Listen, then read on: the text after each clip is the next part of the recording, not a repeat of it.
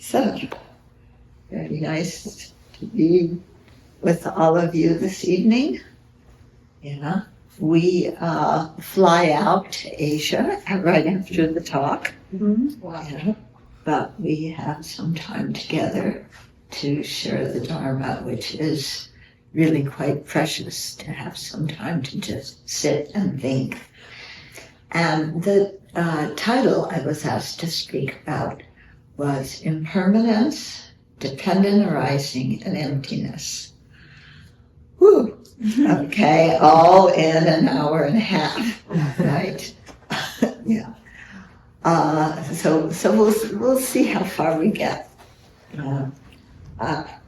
I first would like to. Do we have? No, there's no screen. Okay. We would like to start with a little bit of meditation to calm our mind down, and then I'll generate a motivation. We'll have the talk, and then questions, and maybe some answers. Answers are not guaranteed. Okay. So let's generate our motivation now. And since we are going to explore the Buddhist teachings this evening, let's have a motivation that is like the Buddha's. It's only fitting that if the Buddha taught with the motivation of compassion for us and for all living beings, that we have the motivation to listen with compassion for ourselves and for all living beings. The Buddha's motivation for teaching it started with compassion, but it went on, so that his ultimate motivation is for us not only to generate great compassion, but also to have the desire, the aspiration to attain full Buddhahood in order to be of the greatest benefit to all sentient beings.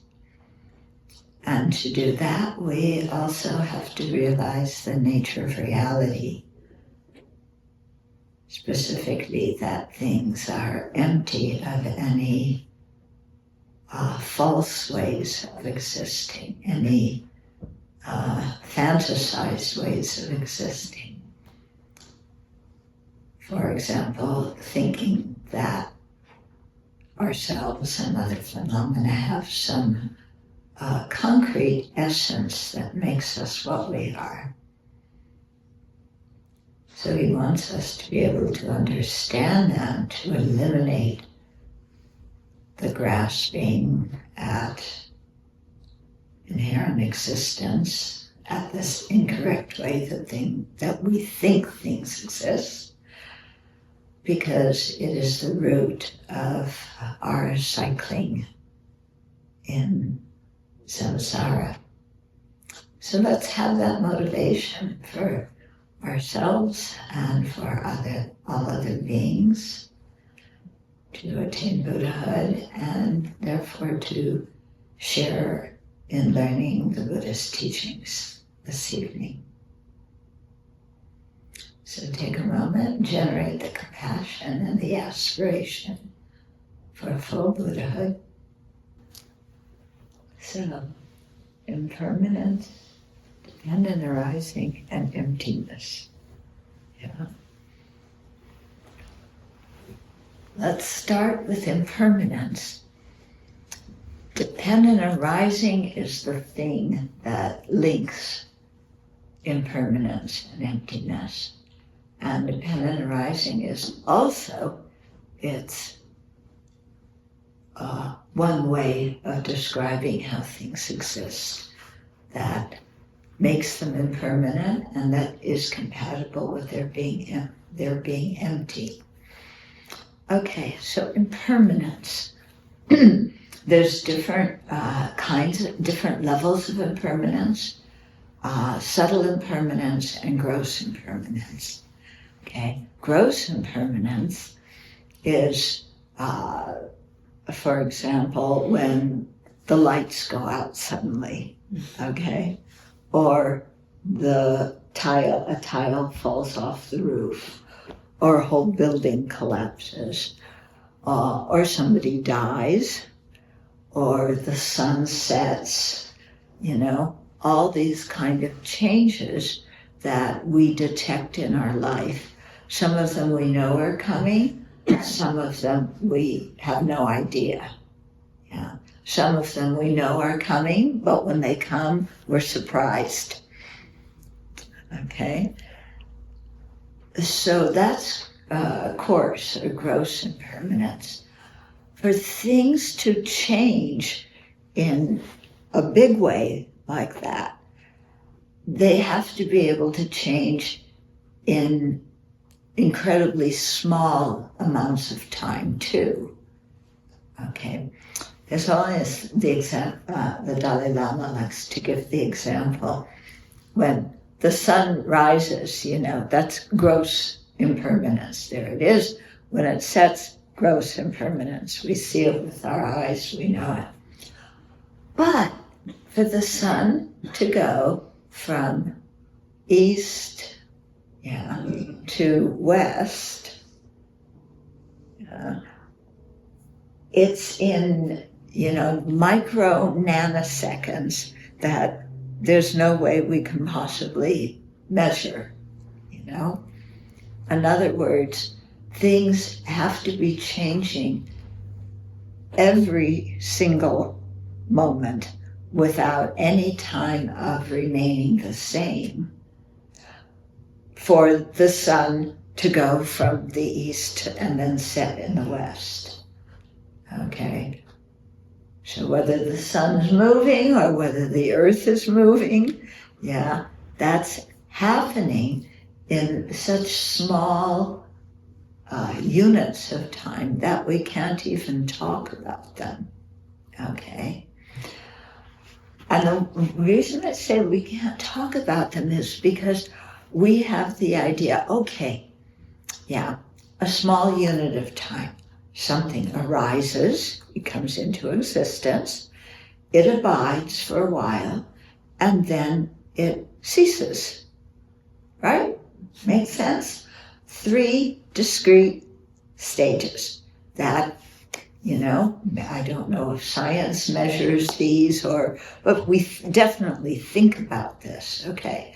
Like you build a house, it's arising, then it stays like it is, unchanging, for however many years or centuries, and then, boom, it falls apart. Okay? So we think it's like that, And we can see those 3 stages. If you say it's small, well, that's got to happen every single tiny moment. Something is arising, then it stays, then it ceases, right?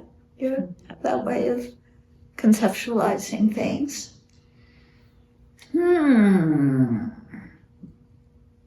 Okay, now if it arose and then it stayed the same for a while without changing, then when it's arising, it would be impermanent because it would be changing. When it's ceasing, it would also be impermanent because it's changing. And when it's abiding, it would be permanent. It's not changing because it stays the same. It's abiding. It's not rising. It's not ceasing. So that would mean that the nature of something was impermanent. It became permanent, and then it became impermanent again. Is that possible? No, that's totally impossible. if it's impermanent, that's its nature.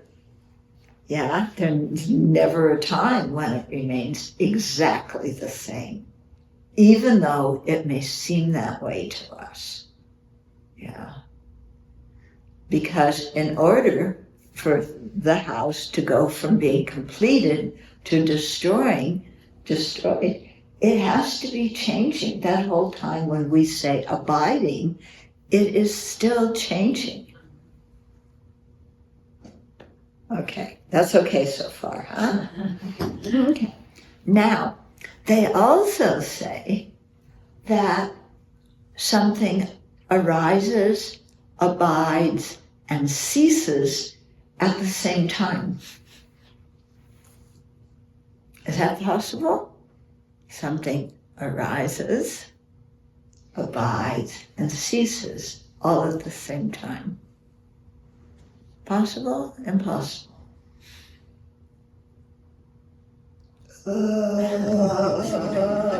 Tell us the answer.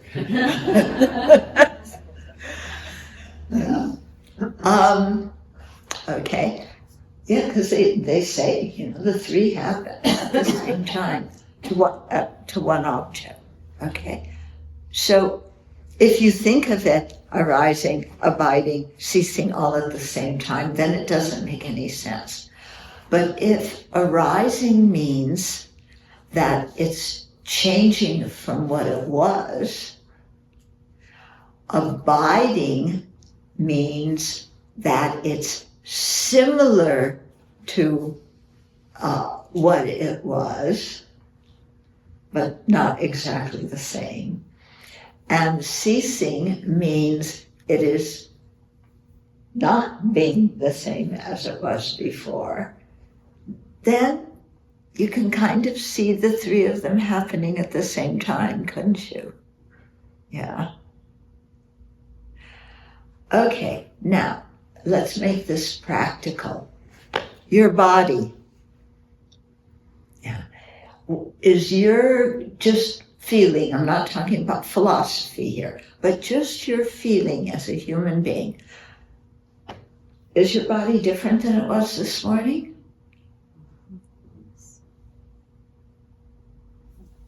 Yeah? How? Do you feel as you're going through the day that your body's different? How is it different? More relaxed. What? More relaxed. More relaxed? Time. Every day? Nicholas.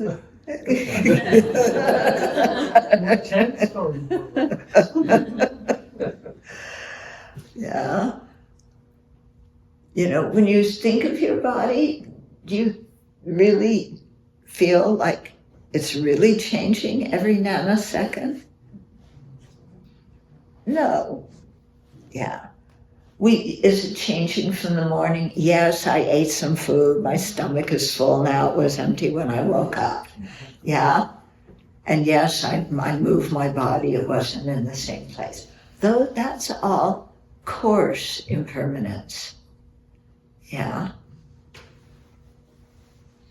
But, the body is never remaining the same.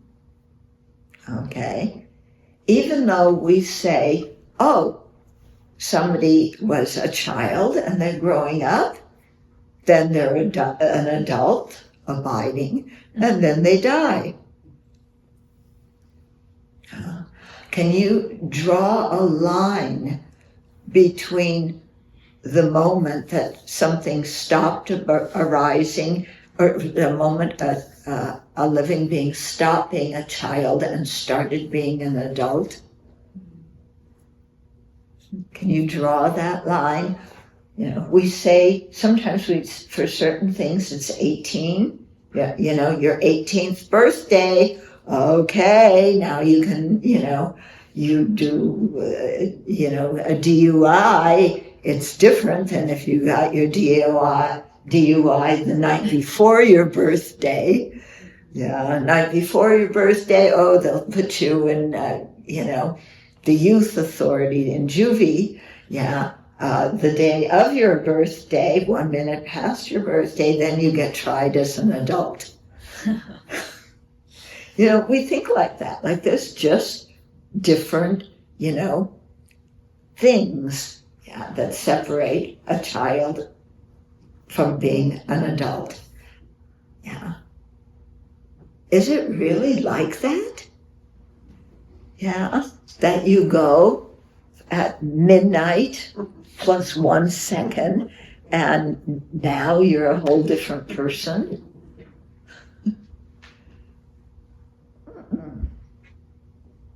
Yeah. Is there a time, when is the moment you die? Yeah. There's the process of dying. When did the process of dying start? Before we even get to the moment of death. When did the process of dying start? First moment of life. Yeah. The first moment of life. When was that? Conception. Mm-hmm. The sperm and the egg come together. Yeah, they say when the sperm and egg come together. But what happens if it's in vitro? Yeah. And then they freeze the egg. Is the consciousness in there saying, I'm so cold, can you put a jacket on this, fertilized egg? Now, what's really going on? We don't know, do we? We really don't know. Okay.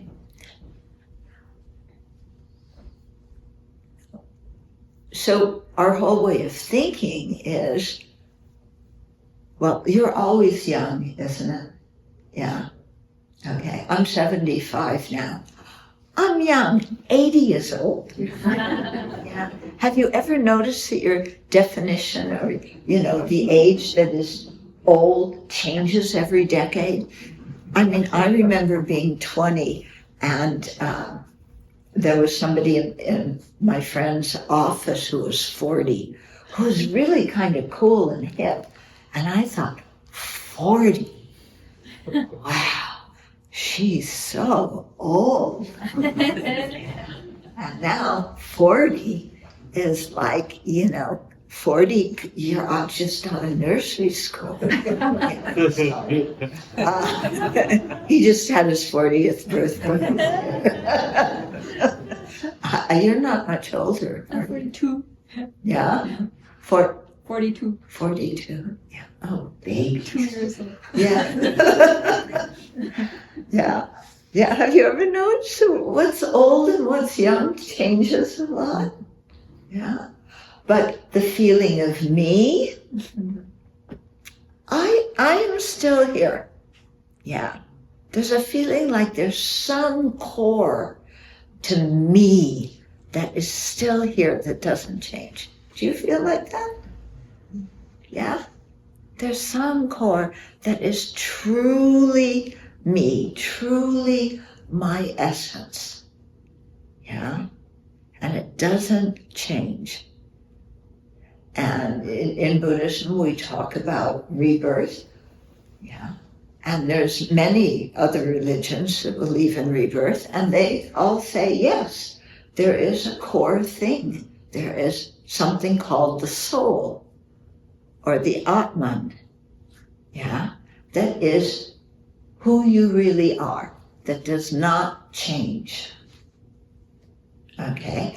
And that Atman, let's say it was in your previous life, that body dies, the Atman just picks up and doesn't change at all, goes into a new body, yeah, and there you are, and you have another life.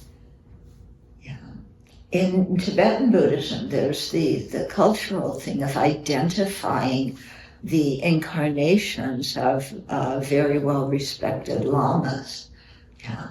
And when people, or it happens even not just with lamas, but when somebody dies, what do you say? I wonder where they are now.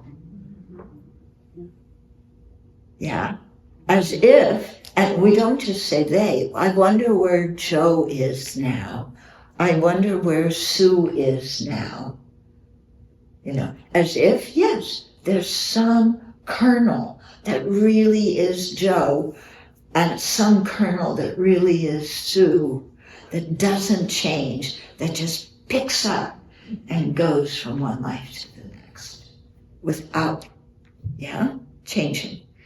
And from the reason that many philosophies assert something like the soul, in Judeo-Christian, Abrahamic religions, there's a soul, something's permanent, that's really you, okay? In Hinduism, there's a permanent Atman, goes from one life to the next, because you talk about karma and the seeds of our actions, and there's got to be something that carries it from one life to the next. So there's got to be a permanent soul or Atman. And the seeds are planted on that, it picks up and it goes into the next life. Is that possible? It sounds good, and it sounds, it's very comforting. It's very comforting when you have a loved one die. They are still alive in your mind. They just went somewhere else. I remember when they were talking about something about Joe Biden.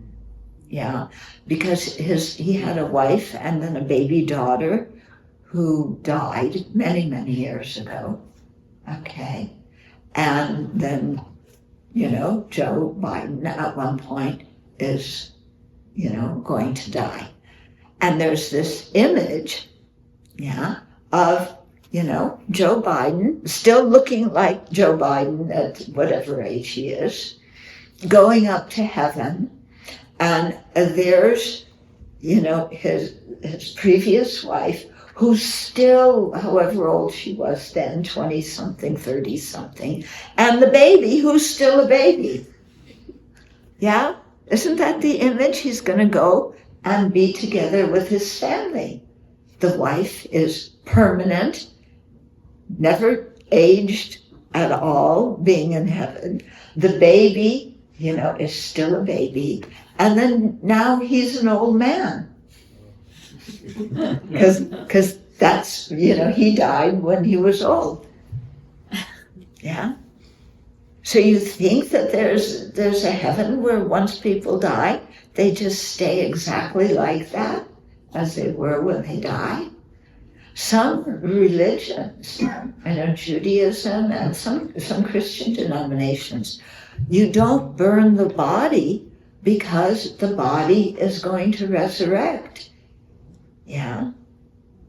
So that could create some big marital problems. If one dies young and the other one dies old, and the other one who dies old had remarried, and you get to heaven and who are you married to and what? But this is the way people think, isn't it? That you die and you're just going to go be with your loved ones as the same personality.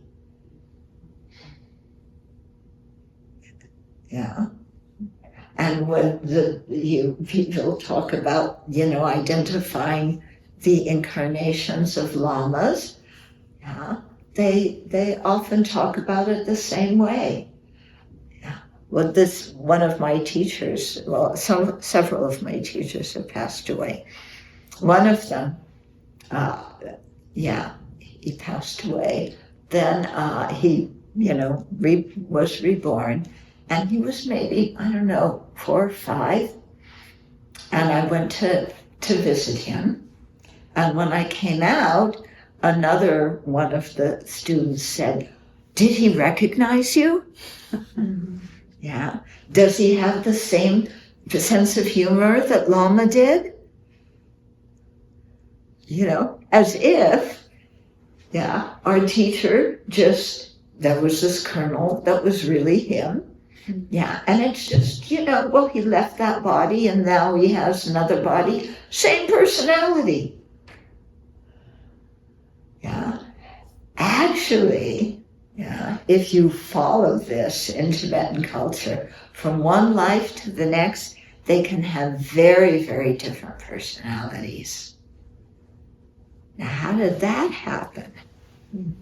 Yeah. Are they changing moment to moment? Is there really an essence that is them? Yeah. We have to look at these things, because we have certain ideas that very often are, somebody put it to me once, they're very comforting. Yeah. If you think that there's a heaven, and of course, have you ever noticed that all the people you like go to heaven and all the people you don't like go to heaven? Yeah. You ever notice that? Yeah, we can talk about it. But the problem is, if you have more than, one person, they're not going to agree on who's likable and who's not.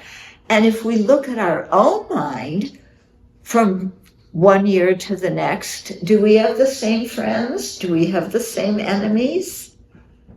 No, who we like and who we don't like changes. Yeah.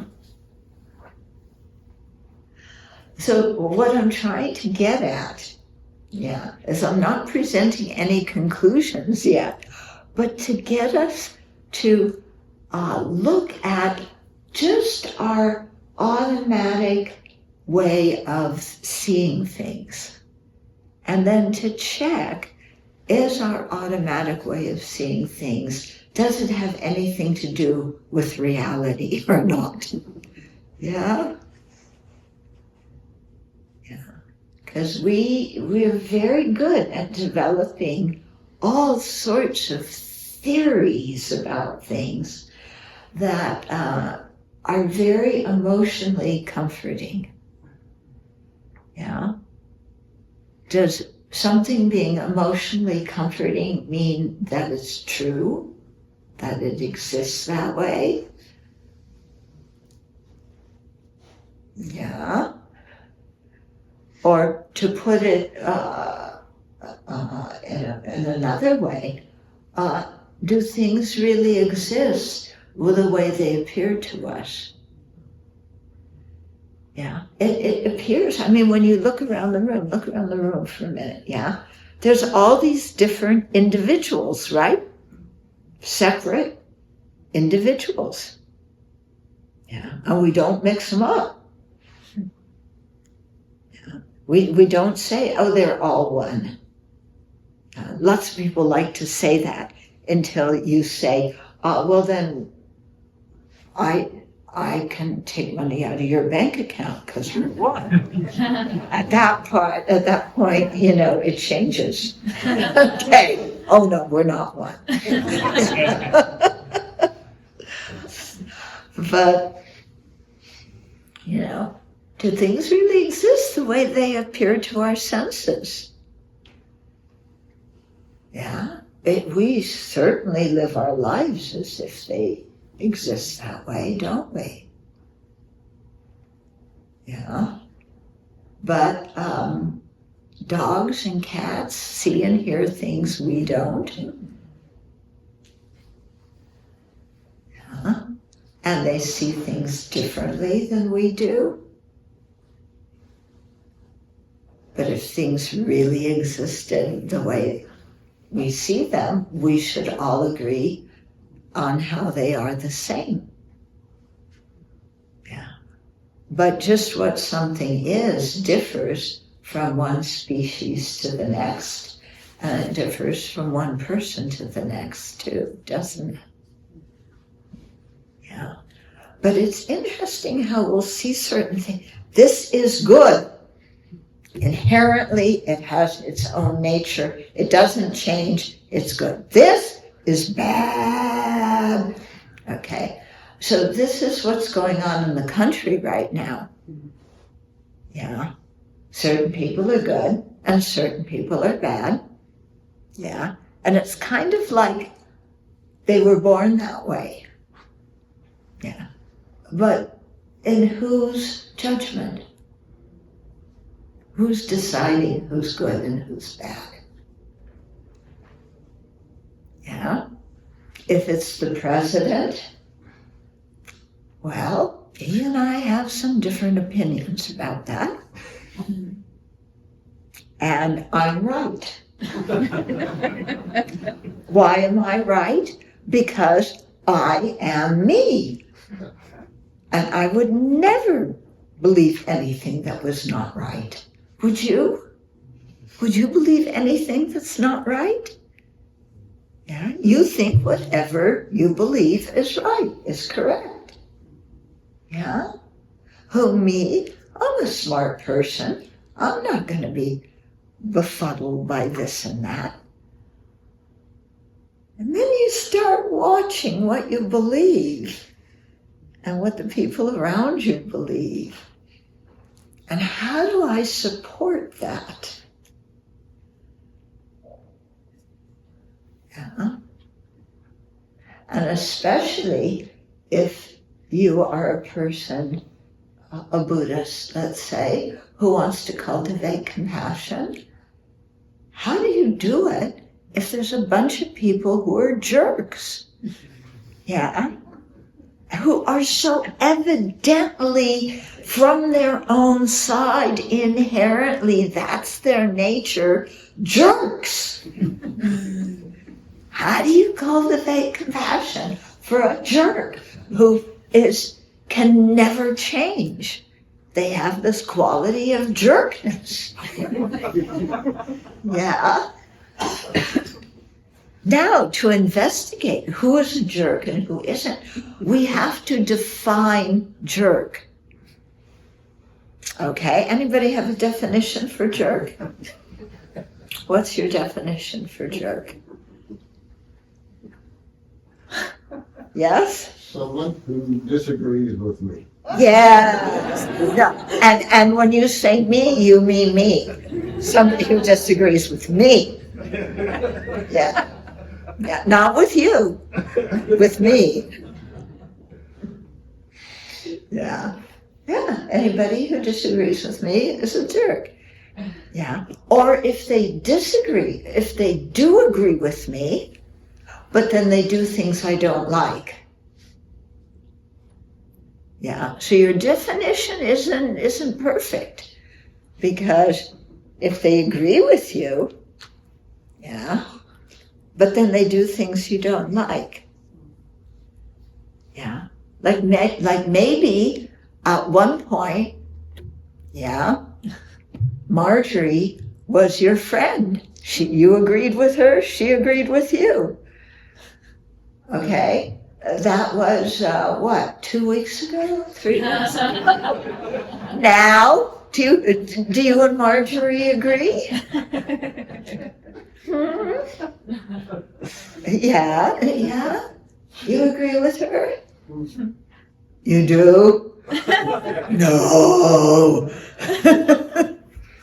Okay, well, it depends. Now, there are certain things Marjorie believes that I agree with. She's right. And there are other things that Marjorie says, that's jerkness. Yeah? So is she half a jerk? I mean, can you be half a jerk? What percentage point, how do you measure to what extent somebody is a jerk?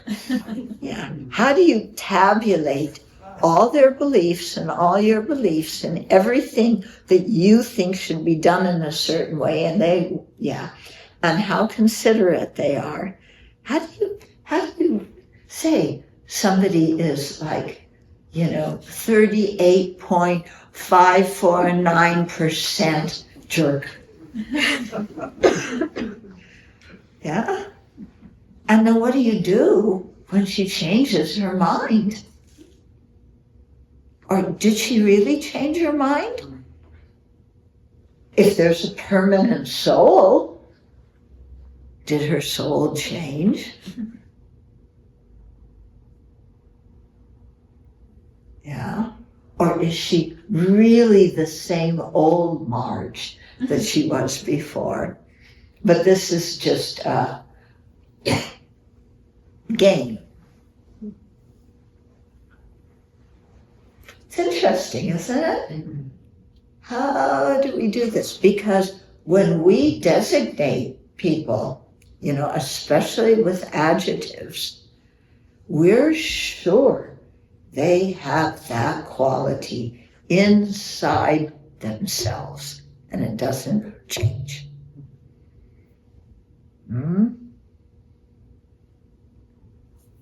Okay. We have a number of jerks around, don't we? Yeah? Yeah. Did you ever believe before that this country had so many jerks? Yeah. This is the great American experiment that, brought democracy and freedom. Freedom. Yeah. You can choose which ICE officer is going to tackle you and put your nose on the street and handcuff you. We have freedom. Yeah. Now, how did we get that way if everything is permanent? If people don't change? And why do we get depressed about the way things are if everything is changing every nanosecond and everything is capable of change? Yeah. How do we get to such concrete ways of thinking? We have, my theory about that is we have a need for security and predictability. Yeah? We want things to be secure. If they're going to change, we want it to be predictable so that we can prepare and make it not happen if it's something we don't like, or we can speed it along if it's something we do like. Okay. We want things to be secure, predictable, and of course the way we want them to be. Is life like that? Is your life like that? Yeah. Some of you are going no, some of you are going yeah. I had an interesting thing happen a couple of months ago. I got a letter from somebody that the return address was, what was it? A message from the 60s. Yeah, the 60s. I'm going, who in the world? Who's this letter from? I open it up. Yeah. It's a letter from somebody I dated in high school. Yeah. In the 60s. Who, haven't seen since then. And then out of the blue, he writes. Okay? It's very interesting, because he asked me about my life. I had no idea how he found me. And then I asked him about his life. It was very interesting, because when we dated, he also was dating somebody else. Yeah. So that's, we broke up. So that's who he married. And in his letter, when he said, I married Mary, and we had 5 kids, and then it's just like, oh, I'm so glad it's her and not me. Yeah. I'm very married. We have 5 kids. Yeah. And we all love Jesus and we live happily ever after.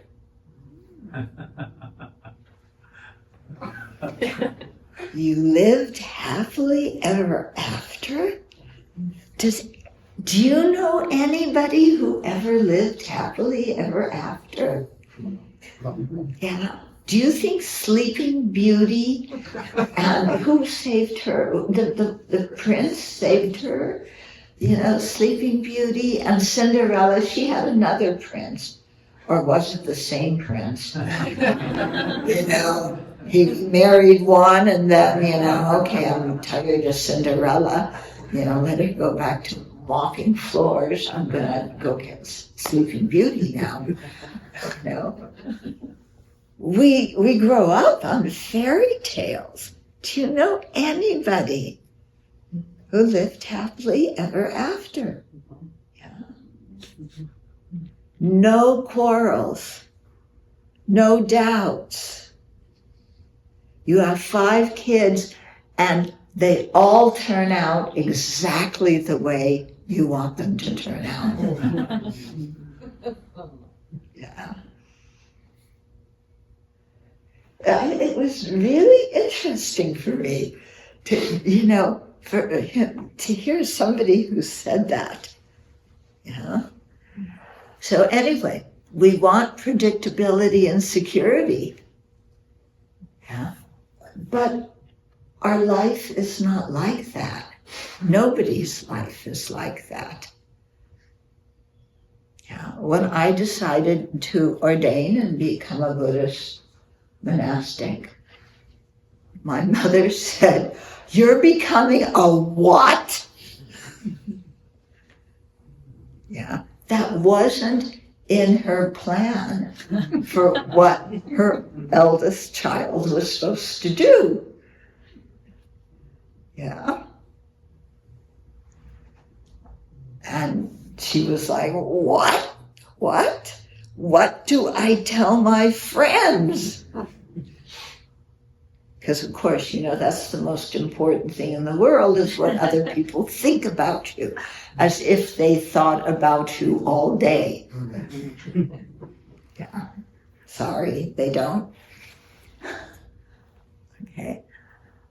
So I think a lot of, you know, our internal feelings are, I mean, they're clearly erroneous. They're clearly wrong.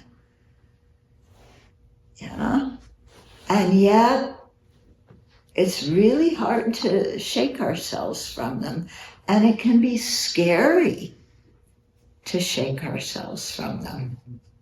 Yeah. When you think about the people you love, yeah, who are important in your life, and you think, you know, someday they're gonna die. Yeah. And of course, the idea is, I'm gonna live forever. And yes, they will die, and they will, you know, they'll die. But me? Yeah. Do you feel like you're gonna die?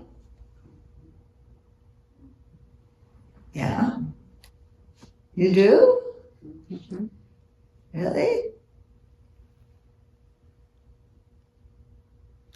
I don't know. I say that I'm gonna die at some point. But inside, you know, even when I die, okay, I'm shedding this body, but after I die, I'm still gonna speak English. I'm still gonna think in English after I die. Because, you know, how else can you think when you know a language? You know, your native language, this is how you think. Yeah.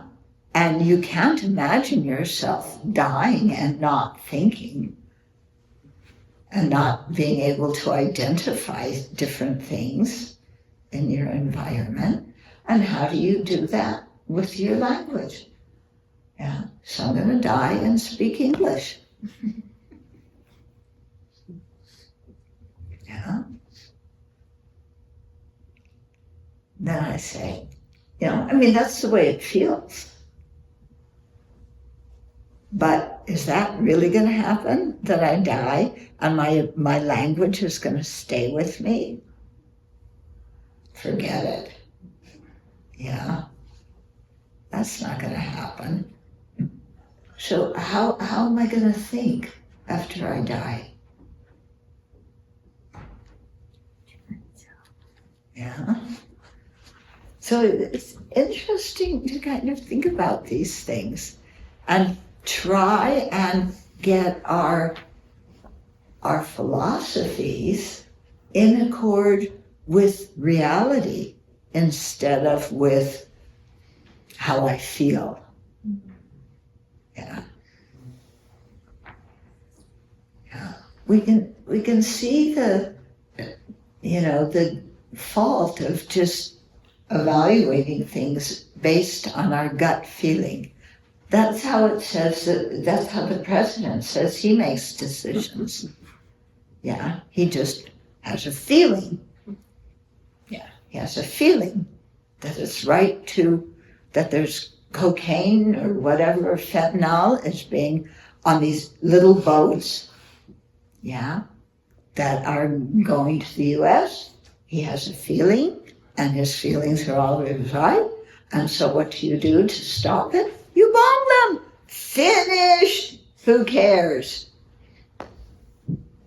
Is that in accord with reality? I mean, forget about being in accord with the Constitution, but just the basic reality of how things exist. Yeah, I have a feeling.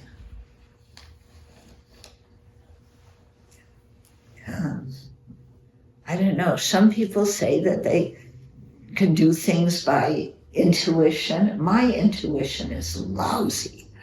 Yeah.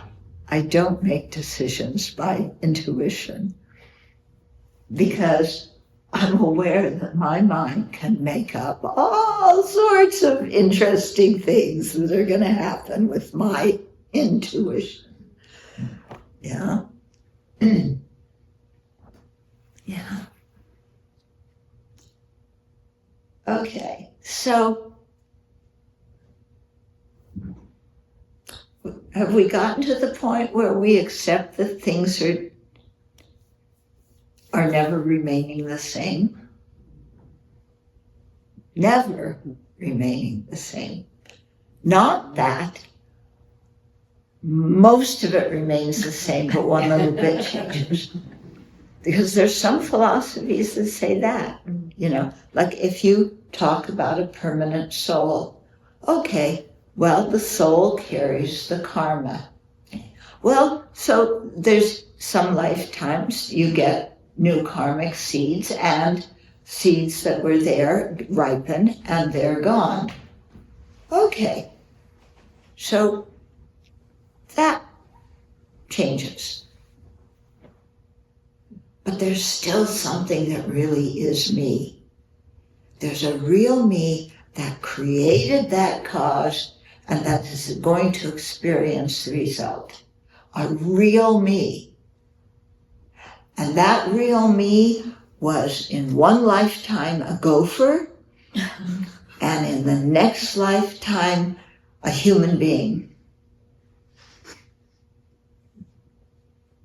Yeah. Now, what is that permanent essence that goes from being a gopher to being a human being? Okay, the karma changes, yeah, but there's still something, because it's my friend Herbert, in his previous life he was a gopher. Yeah, I asked the fortune teller. And that's what they told me. Herbert was a golfer or golfer. Or maybe he was a gopher interrupting the happiness of the golfers. Or the golfers, interfering with the gophers. Yeah. But what's the difference between a gopher and somebody who goes for something? Okay, we'll leave that one aside. Okay? But there's still this feeling that there's something. Because if I created, it's the same I that created the cause that experiences the result. It can't be a different I. Because if we say it was Herbert in this lifetime and Maximilian in that lifetime, then they're different people. Then one person creates the cause and the other person experiences the result. Does that make any sense? That doesn't work. But then how can Herbert create the cause and Maximilian experience the result? Yeah. Is there something that really is us that doesn't change, that goes from one life to the next? We feel like there is. When you just sit there, yeah, you say the word I. I. There's an I there, isn't there? Yeah, there's an I there. Where is it? It's somewhere in the body. Yeah, you just sit still and like, I exist. Yeah, there's an I. I feel it. I know it. I've had that feeling, my whole life. There's I.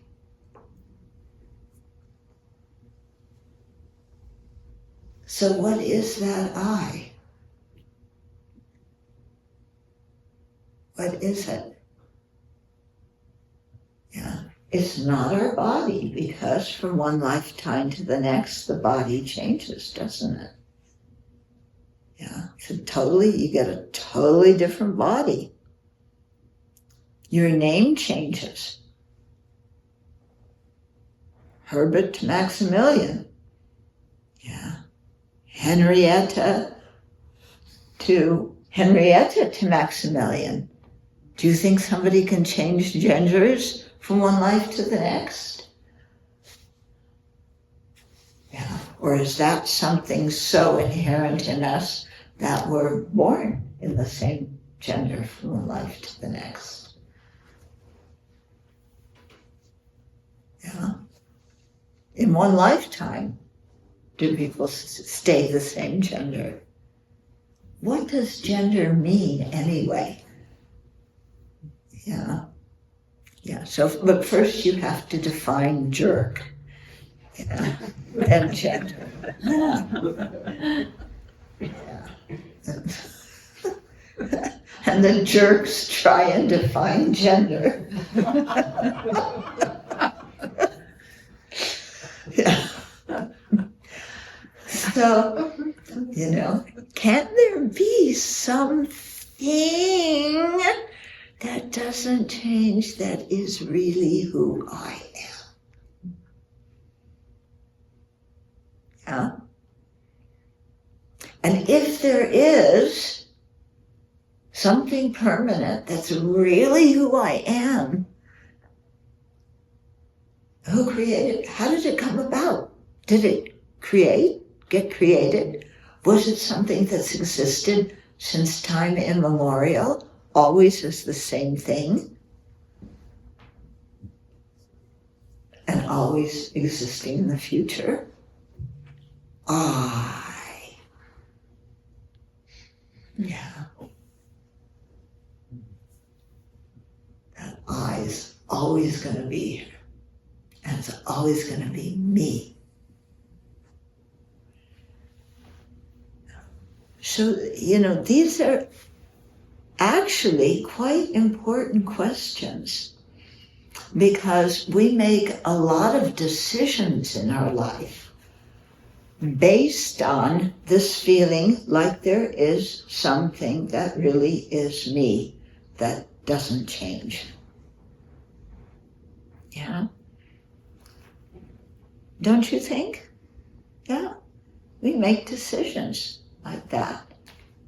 I like, blue when I'm 5 years old. I'm going to like blue my whole life. Yeah. Really? Yeah. When I was a little kid, I was a really picky eater. I'm still a picky eater, but the things I didn't like as a kid, I like now. And the things that I used to like as a kid, I'm not eating as much as of now. Yeah. When I was a kid, I hated pizza. Can you imagine? What American child hates pizza? Yeah. I love pizza now. If there's something that really is me, is it someone that likes pizza or doesn't like pizza? Where is, that me that, it's part of my soul. It's part of the Atman. Yeah, what is that? I saw a movie many years ago. I don't remember the name of it. Maybe some of you saw it. It was about a family. Yeah. And something happened with the husband. He died. And in the movie, his soul came up out of his body. It was some amorphous kind of blob, still speaking English. Came out of his body, went over, and went into the dog's body. Yeah. So his next life was the dog, because he wanted to stay with his family. Yeah. So we feel like that, I'm just going to come out of one body, go over here. Yeah. And I get to choose the body. Yeah. I'm not going to become a gopher. Yeah. Yeah. What are you going to become? Can you predict it? Yeah. Before you take another body, are you sitting up there on the clouds next to God, looking down, saying, okay, I'm taking applications for mother and father right now. Apply, and then, I'll let you know if you've been chosen. Is that how it works? Yeah. So, to come back to this thing, we make a lot of decisions and do a lot of actions based on believing that there's something stable who we are. Yeah. And that something stable who we are, we just happen to be very attached to that person. Yeah. So there's I, and then I am attached to me. So are there two I's? One that's you and one that is attached to being you?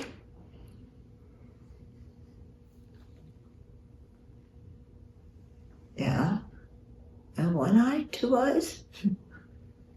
Yeah. Are you, what's the word for it?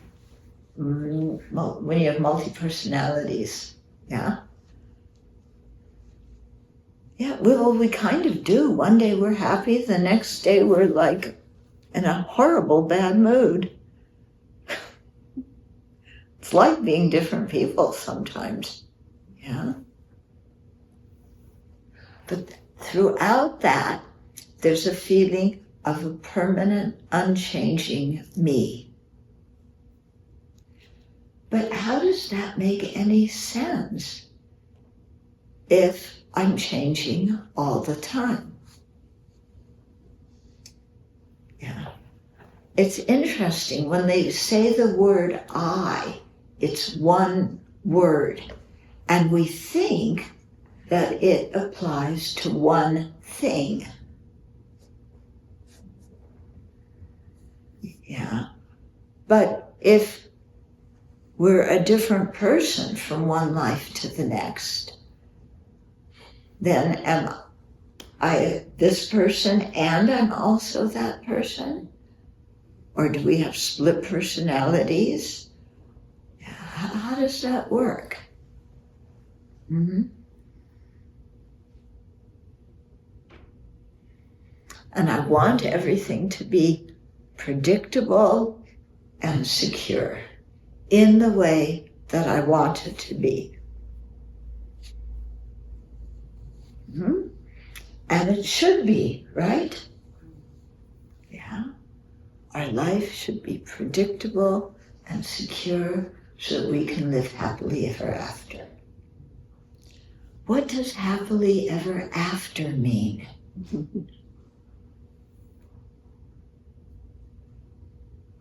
Does that mean that what you get whatever you want when you want it? Yeah. We have a slogan. I want what I want when I want it. Yeah. Do you have that same slogan? No, you don't want what you want when you want it? Come on. I want what I want when I want it. I don't want it sooner. I don't want it later. I want it when I want it. And I want what I want. I don't want what you want me to have. And I don't want what I wanted 5 minutes ago. Or 15 minutes ago. But sometimes I do want what I wanted 5 minutes ago. Yeah. And other people are supposed to know what I want and when I want it, and the universe is supposed to give it to me. Why? Because I am me. So this permanent I, yeah, that is really me, just happens to be the most important one in the world. Do you have that feeling inside? I'm not asking you what you say so that you have a good reputation. What do you feel inside? But yeah, do you feel like you're the most important one? That your happiness is more important than anybody else's? Yeah. Who do you think about first thing in the morning? I wake up. Oh, people don't have enough to eat in Somalia, man. And it goes. Is that what you think? Yeah. Who do you think about first thing in the morning?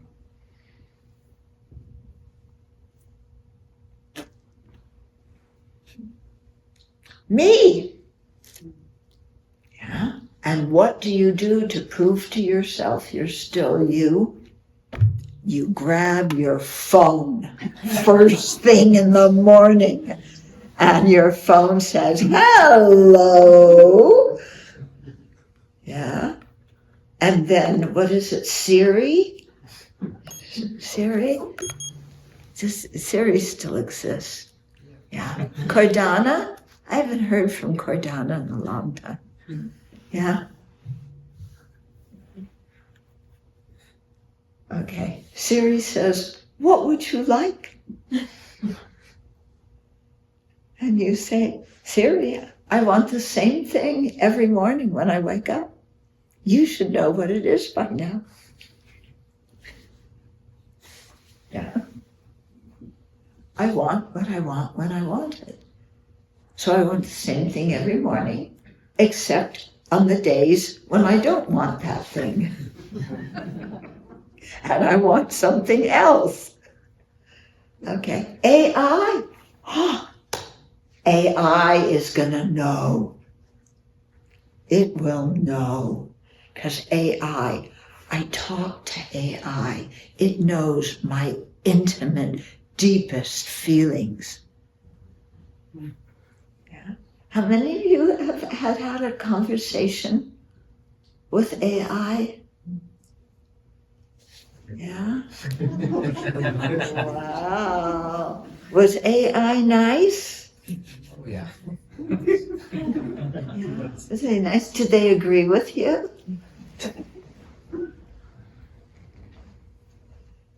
Yeah. I just got a new laptop. And we turned it on and it said, "What would you like to talk about?" And then it said, "Let's chat." Yeah, let's chat.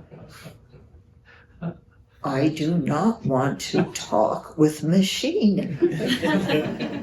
Yeah. AI, I am a living being. You are not. Yeah. Oh, I should, try saying that to AI. What does it say? Have you ever said that to AI? You are not a human being. Shut up. Don't talk to me that way, AI says back. I understand that you're in a bad mood and you're angry right now. That AI, so nice, just like the friend you always wanted to, agrees with you. Yeah.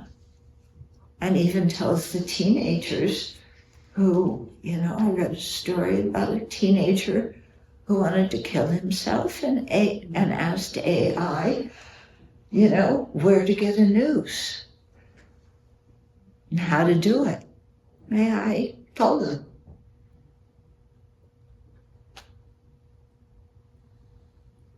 Yeah.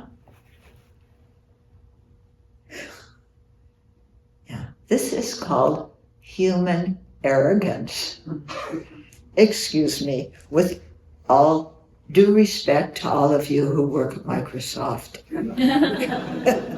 And who work, you work at Microsoft. Who else works at Microsoft? Who else does tech? Oh, you might work at Microsoft. Okay, yeah. Who else? No, who else works with tech? Okay. Oh, come on. Yeah. Yeah. What in the world are we doing with AI? It's a puzzle to me. Yeah. You want to make something that has human intelligence? Are human beings smart? Or is AI going to start wars? Yeah. AI will have grudges, just like human beings. They'll have grudges. Yeah. And then they will get mad. I'm mad at that computer over there. And then AI tells its associated robot to go over there and unplug that computer. Yeah? Are you developing robots? AI right now, it doesn't really have a memory. It's just a stateless, every interaction is a complete fresh start. Yeah. So it's not fair. I mean, I think, humans hold on to things. We experience, and the experience sticks with us. And maybe that's part of if there were to be something that's the soul, it's somewhere there. But AI doesn't hold on to anything. It's just symbols, and every time it's a fresh set of symbols. Yeah. Yeah. Does AI have feelings? I don't think so. It just has You don't to think represent, so? It represents symbols, like the symbols of saying, I have a feeling. Yeah. But there's a difference between the feeling and the symbolic representation. Exactly. There's a big difference between saying, I understand, and really having a human mind that understands. or not even a human mind. I think a cat will understand things. Yeah. But if you kick a cat, it understands. If you try kicking the AI and then you refresh your browser, it doesn't understand. It didn't experience anything. Yeah. It just produced the symbol saying, this is how I feel about getting kicked, but it wasn't a feeling. Yeah. It knows how to create the symbols. Why do we take refuge in AI? Yeah. In Buddhism, we take refuge in Buddha, Dharma, Sangha. People nowadays seem to be taking refuge in AI. Why? Buddha's not good enough for you?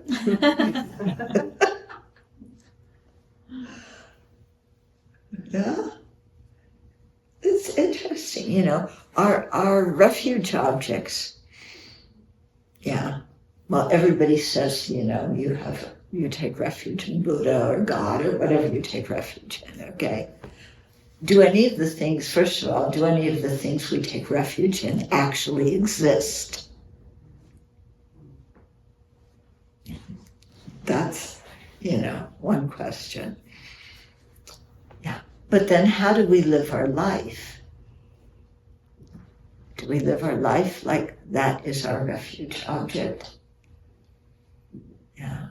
Or what do we turn to when we want comfort? Yeah. When we need some encouragement. Yeah. Well, it used to be before AI, we took refuge. Yeah, we had the triple gem of ordinary language, ordinary beings, the refrigerator, the credit card, and the computer. I take refuge until I am enlightened in the refrigerator, the credit card and the computer. Although, no, people don't take refuge in their credit card anymore. Credit cards got retired. You take refuge in your phone. How could I leave the phone out? Yeah. And now, yeah, I mean, what do you look at first thing in the morning? Last thing at night? Every 5 minutes during the day? Yeah. So strange how we live, isn't it? Yeah. And pretty soon, you know, people are going to think that computers actually have feelings and actually cognize things. And computers are so understanding. AI is programmed, isn't it? To be understanding, to agree with you.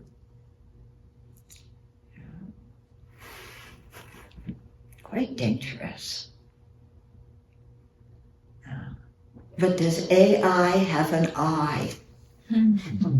Is it a human being? Does AI have a soul? Do we have a soul? Yeah. Okay.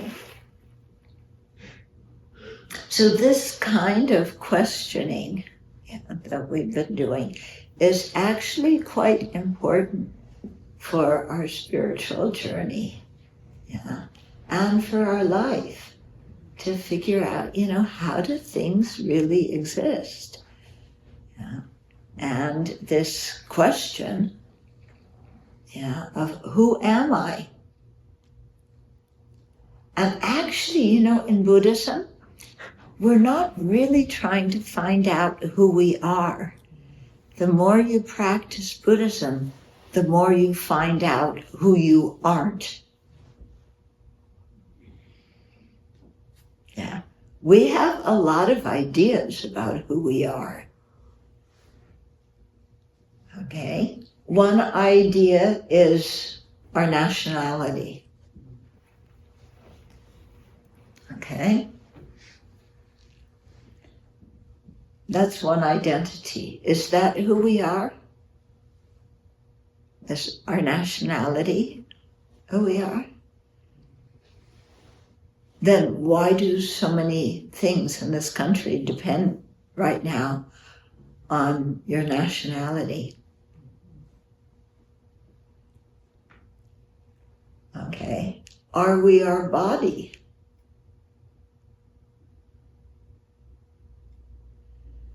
Yeah. Are we our religion?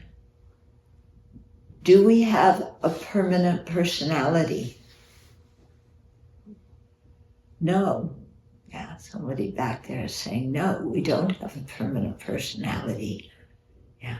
Then who is this I that we feel is there? Yeah. That I that we feel is there. Does it exist because the causes for it exist? When you say I, that's me. Me. Do you ever think I exist only because of the causes for me exist? And that if the causes for me didn't exist, I wouldn't exist? Does that make any sense? Or is there this feeling inside, but I am I. I am me. Yeah. I don't depend on causes. I'm there.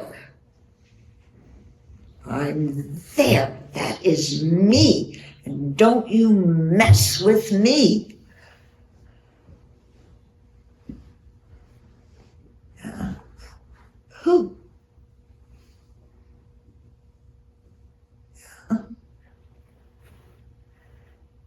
And all the identities we have and how we live our life according to identities.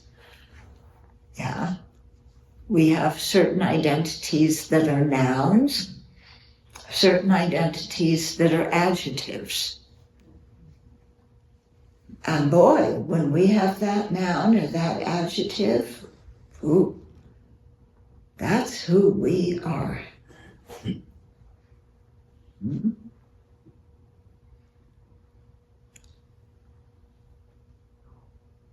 Yeah.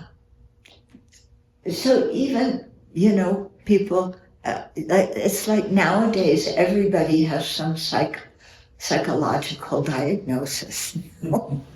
It seems like, okay, a normal is never any one of them. Yeah. I had one friend, and she's married, like 2 kids. She's not a therapist. She diagnosed her husband, herself, and her 2 kids. Because we're all kind of amateur psychiatrists and psychologists now, aren't we? Yeah. So you get some diagnosis. Yeah. I am bipolar. Yeah. And then you got a misdiagnosis. Then they said, no, you aren't bipolar. You're, what's another one? Manic depressive. Yeah, manic depressive. Well, that's kind of like bipolar, isn't it? Mm-hmm. Yeah. ADD. Huh? ADD. What? ADD. Oh, ADD, yeah. Okay. So some people are ADD, some people are ADHD. Yeah, you better know your alphabet. Yeah, some people have PTSD, some people have CPTSD. Once you get that diagnosis, there's this feeling of that's who I am. Really? That's who you are? Through and through, that's who you are? Yeah. Hi! I have one friend, we just got some emails from a friend, I was like, I have it's not just PTSD, it's CPTSD. complex PTSD.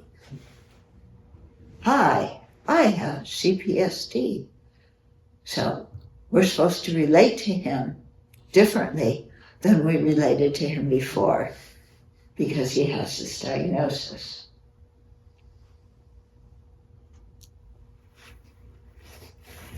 CPSD, complex PTSD. How does it get? I think PTSD is pretty complex to start with. Yeah. Yeah. So you get a diagnosis, and that's who I am. Yeah. I don't believe that. I don't believe that we are all these nouns and these adjectives. Yeah. We're human beings who change, aren't we? Yeah, we change moment to moment.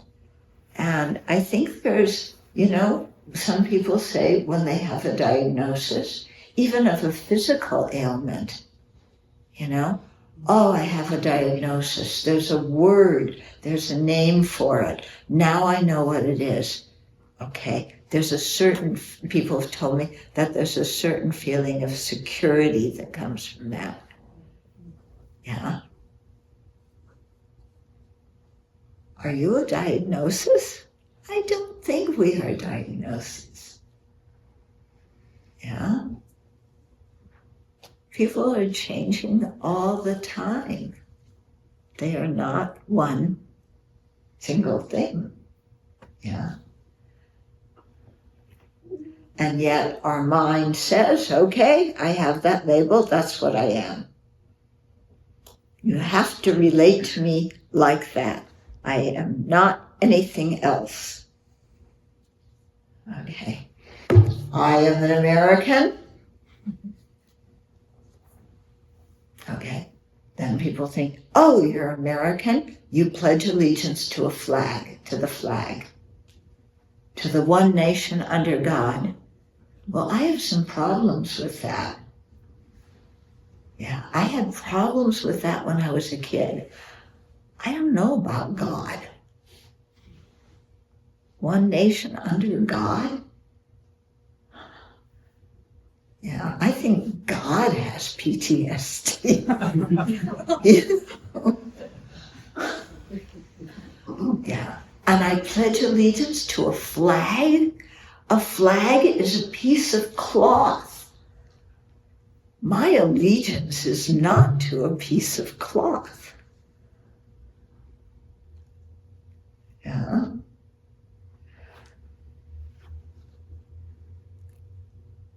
So, here we are kind of trying to find out who we are and who we aren't.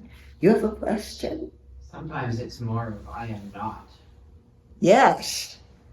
A lot in Buddhist practice is who we aren't. No, but I mean in a resistive way. What? In a resistive way when other people define us. A sense of I am not that. Yeah.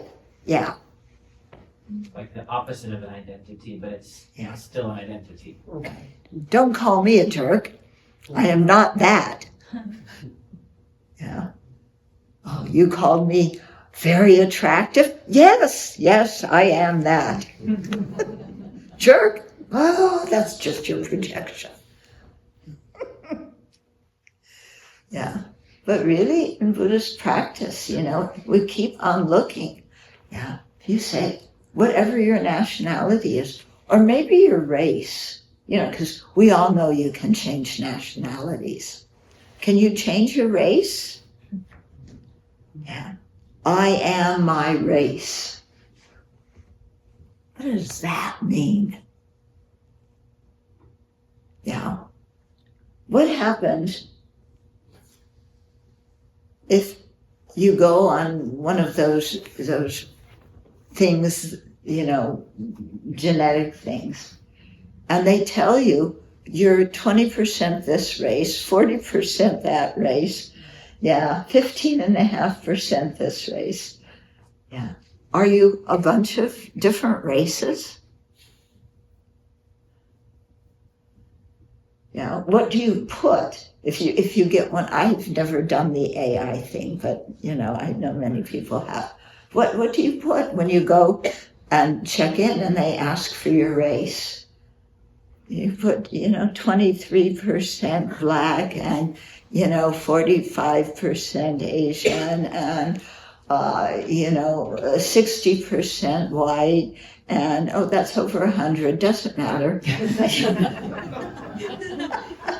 And I have a sprinkling of being Polynesian and some white. What is white?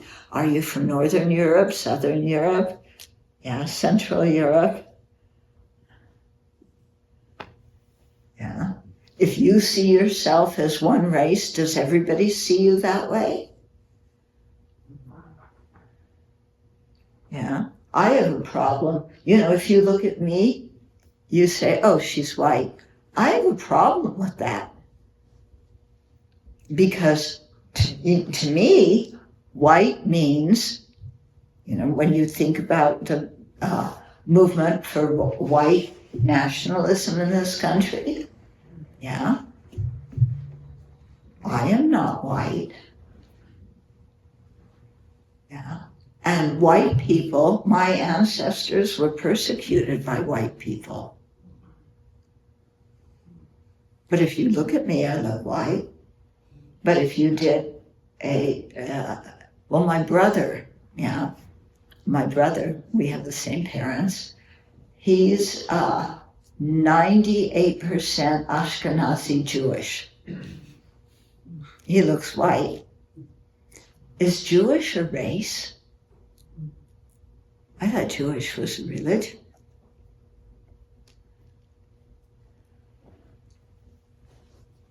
So, are you your race? Are you your gender? Yeah. Yeah. Or can we just accept, being some blob of something, and we don't know what it is, that is changing moment to moment due to causes and conditions. Yeah. Oh, another example, but we still think, okay, changing causes and conditions, but there's still a thread that is the same. Okay. Have you ever, I hope they still have these. Many years ago, I went on an underground tour of downtown Seattle. Have you been on that? Yeah. It's really interesting that I won't explain it well because it was a long time. I don't remember it. So please feel free to shout out and correct me. But they'll take you on the tour down under the major buildings in downtown Seattle. Yeah. And there was a building there. This used to be so-and-so's shop. This used to be, the hospital or the county clerk's office. Yeah. And that was Seattle. And now, if you say, I'm going to Seattle, are you going to those underground things? Yeah. No, I'm going to Seattle. Yeah. What is Seattle? All those underground shops and offices and things, that was Seattle. We have Seattle nowadays. They aren't anything alike. And yet people then and now say, I'm going to Seattle. Or I live in Seattle. Yeah. Where is Seattle? What are the outlines of Seattle? I know that, because there's lines between where one city starts and another ends. And like we live in Newport, Washington. Newport, it's on the border. There's one street, and part of the border is on that street, So I don't know, so it's two different states. One part of the street is Washington, one part is Idaho. So if you have a car accident on the line between Washington, the state line, which police comes out to help? Yeah, the Idaho or the Washington? Yeah. Quite interesting. Yeah, that's where the Safeway is. Safeway's on the Washington side. The veterinarian is on the Idaho side. Yeah.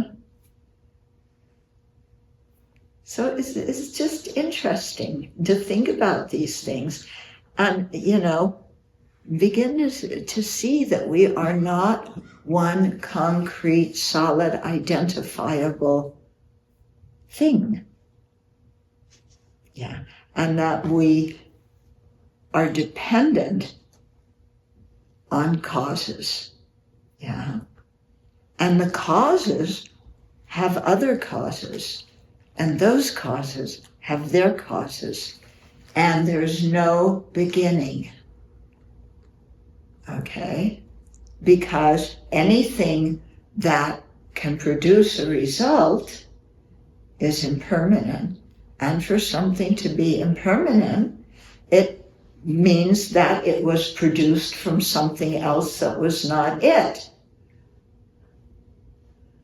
Yeah. So everything is changing all the time. Yeah. And things exist, including us, only because the causes of us exist. Yeah. And I just looked at the clock, and we have to be out of here at 9 o'clock. Kind of. Except the plane leaves at 10 minutes past midnight. And you're supposed to be there. It used to be 2 hours ahead. Now they say 3 hours ahead. Forget what they say. Yeah, we're going to be there when we're there. But one time they were kind of upset with me because I came there less than 2 hours. Anyway, so we have to close. Yeah, and you just listened to a whole talk that was a bunch of questions. Yeah, no answers. Yeah, a bunch of questions. But these are questions to think about and to see, when you think about them, how does that change you? Yeah, if you cannot give a concise, always applicable definition of jerk, who is a jerk? If you can't give a definition that is correct, that everybody agrees on, how can you say somebody's a jerk? Mm-hmm. And if you can't divide people into jerks and non-jerks, yeah, if we can't divide people into friends, enemies, and strangers and make those categories concrete, then how are we going to live our life? And if friends can become enemies, and enemies can become friends, and friends can become enemies or friends, strangers can become either one of them, and friends and enemies both can become strangers, then who do we love? And whose welfare do we look out for if we don't know who's friend, enemy, and stranger? Okay, so study Buddha's teaching more. You might get some answers. And answers sometimes come in the form of questions. Yeah? The question is actually more important than the answer. Yeah. Okay.